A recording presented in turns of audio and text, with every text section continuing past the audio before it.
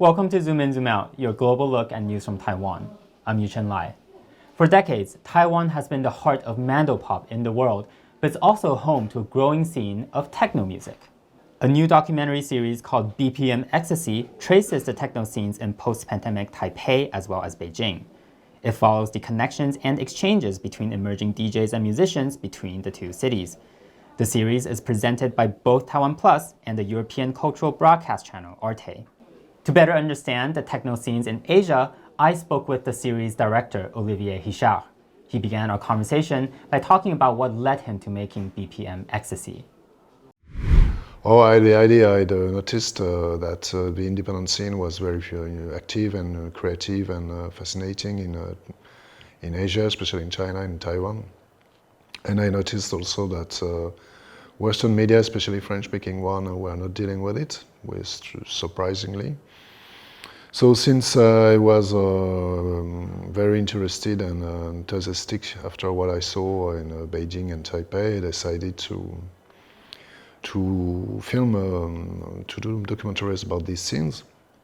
And after having done 4 documentaries about the rock scenes, which gave me the opportunity to meet techno musicians in Taipei or in Beijing, I decided it was interesting to film something about techno scenes between Taipei and Beijing. We're going to zoom in on your experience making this docuseries in just a second. But first, let's get some context about this very particular music scene. So how would you describe techno music to someone who's maybe never heard of it before? Techno music is a music genre that was born in Detroit, America, in the mid-80s. So basically it's danceable music which is made with machines. It's inspired by German music of the 70s, bands like Kraftwerk and many pioneers of electronic which started to use beatboxes and synthesizers, and it became one of the most popular genre and inspiring genre in the world. Almost at that same time in Chicago you had the birth of house music, which was a more danceable, maybe more funkier music produced by also bass machines. So basically it's music that people can dance to, made with machines, so very few vocals, if any. And techno is still going on with many musicians, and it's a worldwide trend. And usually when you go to a club, you will usually a big club like in Signy or Dahan, you will listen to EDM, and you have to go to specific places to listen to real techno. So techno is a music with a lot of history and it's very global as well.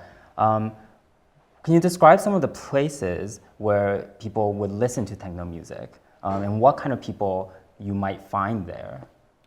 It's very diverse. You could meet lots of 20-year-old people, and since it's a genre that's now almost 50-year-old, 45-year-old, you have old people, which could be surprising. But once I went to a show made by a very famous French musician, a woman called Miss Keating, and you had many 50-year-old people who were there in the beginning of the techno movement.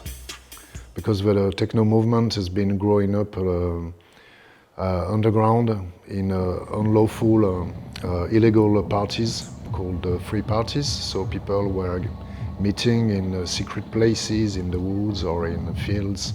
It's still going on without any authorizations from the governments to play music. So it was very free and alternative in the beginning. Still is for some reason, but it's not Burning Man, of course. Mainly people who work in fashion, advertisement with trendy clothes, probably making money. It was totally fashionable. And after, if you go to a free party, you will see guys who look like punks, who live by the street, begging for money and taking drugs. So techno music attracts a very wide type of people, to my opinion. And you've been to techno scenes all over the world now, in Europe and Asia. Did you notice any differences in these places? Yeah, I think in Taiwan or in China, it's still it's smaller than in Europe, so it's less a business.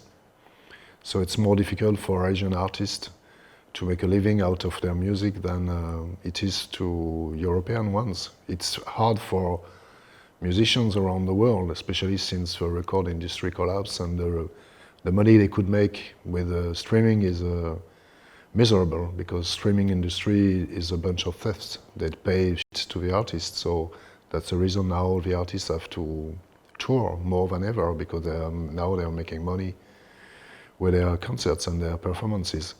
But yeah, I think it's more difficult for the Asian, so Chinese and Taiwanese artists than to the European or North American ones. So I think now is a great time for us to give our audiences a taste of what they can expect from your docuseries BPM Ecstasy. Let's take a look. 我是 Sonia Calico。我在决定要开始当电影制作人的时候，开始去思考，身为亚洲的城市的音乐人，我们不是只是一昧的去希望我们可以复制出西方的音乐。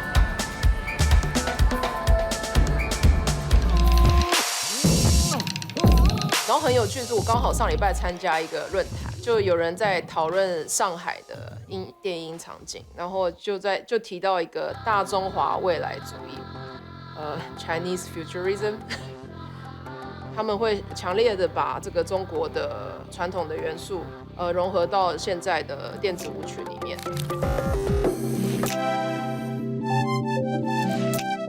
然后也会有一个强烈的，就是想要让世界听到属于我们的电子乐。后来这些事情也很启发我，让我在做音乐或是办活动的时候，也开始思考什么叫做一个本土性，什么叫做有台湾性在电子音乐里面。So we just saw Sonia Calico, and she's one of the characters of the first episode of BPM Ecstasy. What was the relationship you saw between the techno scene in China and Taiwan? Oh, there are lots of connections, because first, thanks to internet, artists from all around the world are connected. So you have people from Taiwan who have connections with people in Argentina. And so it's a very global community. And it used to be, before internet, small communities. For example, the punk community before internet was very tied up between all around the world.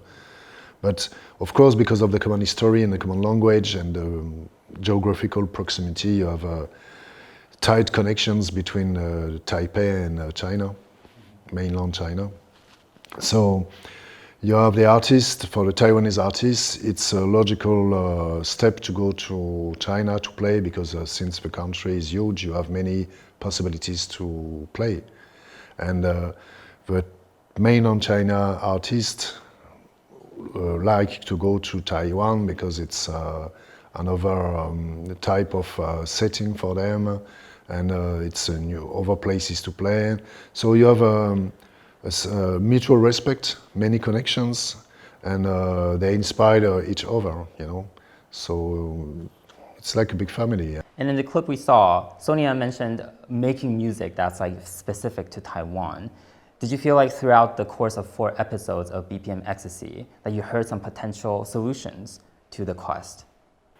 Yeah, yes, of course, yeah, because you have, they use, for example, Sunk, the Beijing artist, she's a DJ, but she's also a producer, and when she composes her own music, she uses sounds and traditional Chinese instruments to give a Chinese flavor, because she's totally interested in the traditional classic Chinese literature. And when you listen to Sonia's music, and especially the videos, one of the videos we put in the series, the sounds are very Asian. So it's time to bring some, to use some instruments, to some rhythms.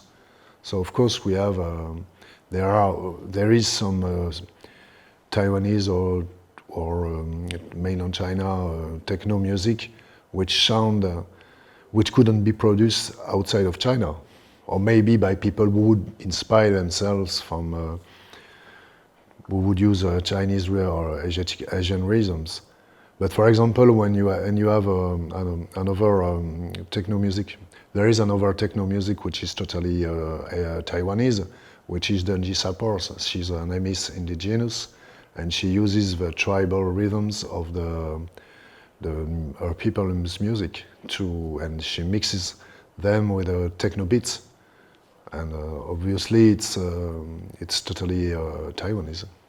And she's totally open to the Pacific Ocean cultures by the Maori, because of course she's an indigenous. As you know, the Taiwanese indigenous have connections with people in New Zealand, the origin of the Aboriginal indigenous, people in New Zealand. So that's one artist who's not obsessed or fascinated with China. I think she looks east. She doesn't look west. And how do techno musicians make a living? Are performances enough for them to sustain themselves economically? The main problem is the economy, because it's very hard. When you are 20, 30, you don't have lots of needs. You're not married or just married, but when you start to need to pay for your kids' education, the question is, has the music just a hobby? If it's a hobby, you work during the day. If it's not a hobby, it's complicated to have enough money to raise a family, and it's the Taiwanese artist, the main character in the series, Elvis, explains it, because now he's a father, and even though he's Taiwanese, he says, okay, now I have a baby, but when she's going to be 15, I will have to pay for the high school. It will cost a lot of money. So that's the main problem they have, beyond all the other issues. It's the economic problem. But you have it's the same for Western artists, even though it's more complicated for techno artists in Taiwan and China, because the market is smaller. What's kind of the one message that you would like international audiences to maybe get out of BPM Ecstasy? The only thing I could hope is that, honestly, it works in terms of ratings, and that my series will encourage people to listen to these artists, because they are great and they're not that famous outside of their turf. Now you need to understand, especially in Taiwan, that you have a very independent and creative underground, alternative, independent scene, and that it's an asset that should be considered, because when you speak of Taiwan outside of artistically speaking, outside in France, you hear about highbrow movies like Xiaosen, very cool, of course. You hear about the puppets, you hear about the indigenous music, but you never hear about your techno artists or your rock bands. Chtonic, the metal band, they toured Europe, so metal is very open-minded, but you never hear about the Taiwanese scene, independent scene, which is surprising, since you have cool artists. The good thing for the Taiwanese artists would be to invite programmers of festivals from the West and let them hang around with people who are connected into the scene. They would meet the right people, and after they would make the selection to invite to program, to schedule the artist. They need to be supported, I think, like the Koreans and the Koreans did. That was Olivier Richard, the director of BPM Ecstasy. And this has been Zoom In, Zoom Out. For more stories from TaiwanPlus News, follow us on social media. Thank you for watching. We'll see you.